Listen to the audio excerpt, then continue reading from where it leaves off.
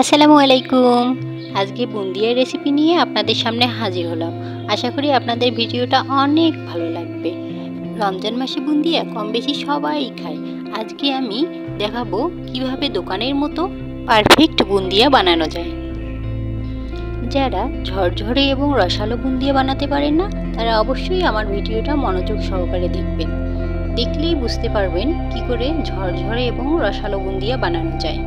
চলুন কথা না বাড়িয়ে মূল রেসিপিতে চলে যাই। আমি এখানে 2 কাপ পরিমাণে বেসন নিয়েছি, আপনারা চাইলে কম বেশি করতে পারবেন।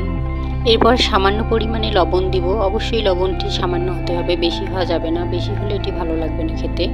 এরপর বুন্দিয়ার যে রং থাকে সেই রংটি দিব। সামান্য পরিমাণে সোডা দিব। আপনারা রঙের পরিবর্তে সামান্য হলুদ গুঁড়াও দিতে পারেন। এরপর অল্প অল্প করে পানি দিয়ে ব্যাটারটি ভালোভাবে মাখতে হবে।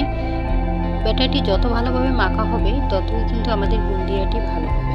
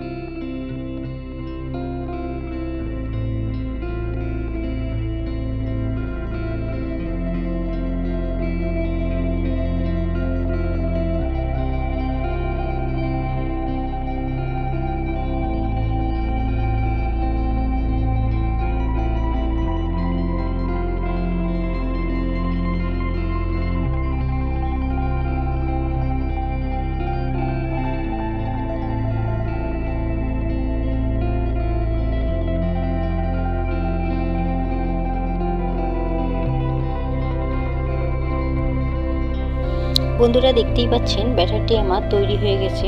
অবশ্যই খেয়াল রাখতে হবে যাতে ব্যাটারটি খুব বেশি ঘন বা পাতলা না হয়। এরপর একটি কড়াইয়ে পরিমাণ মতো তেল দিতে হবে। তেল গরম হয়ে আসলে এরকম ঝাঁঝরিযুক্ত চামচ দিয়ে ব্যাটারটি দিয়ে দিতে হবে।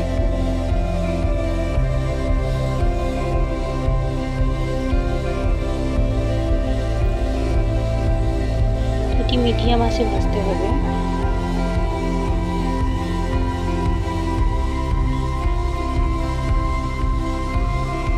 বুন্দিয়াগুলো ভাজা হয়ে গেলে তুলে ফেলতে হবে।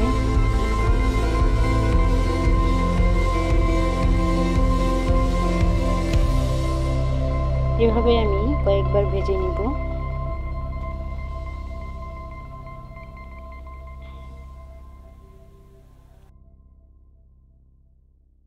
সবগুলো বুন্দিয়ায় আমি অনেক সময় নিয়ে ভেজেছি। বুন্দিয়াগুলো দেখেই বুঝতে পারতেছেন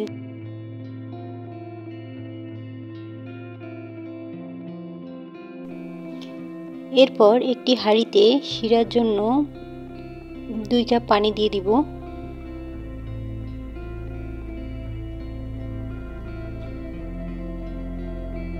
তারপর দারুচিনি, 2টি এলাচ, 3টি লং দিয়ে দিব। পরিমাণ মতো চিনি দিব। চিনিটা একটু বেশি দিব যাতে শিরাটি গাঢ় হয়। শিরাটি গাঢ় যত হবে তত আমাদের বুন্দিয়াটি ভালো হবে, রসালো হবে। এরপর 1 চিমটি লবণ দিব। আপনারা চাইলে লবণটি নাও দিতে পারেন। শিরাটি যখন গাঢ় হয়ে আসবে তখন এটি আমরা নামিয়ে নিব। এরপর ভাজা বুন্দিয়ার মধ্যে শিরাটি ঢেলে দিব।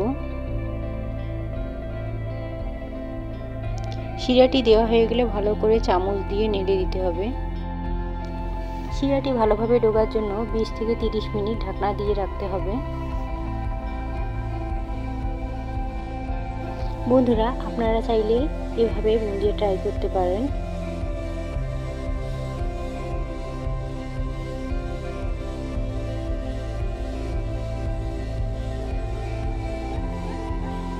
বুন্দিয়াটা দেখেই বুঝতে পারছেন কতটা রসালো আর ঝরঝরে হয়েছে। দেখতে যেমন হয়েছে, খেতেও অনেক ভালো হয়েছে।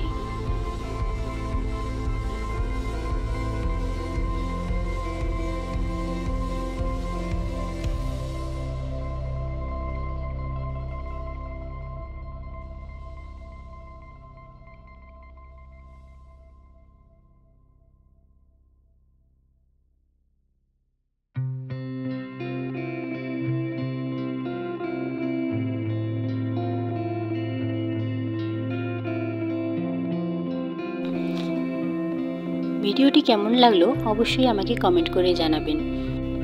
নতুন নতুন ভিডিও পেতে হলে আমার চ্যানেলটিকে সাবস্ক্রাইব করে আমার পাশে থাকবেন। ধন্যবাদ।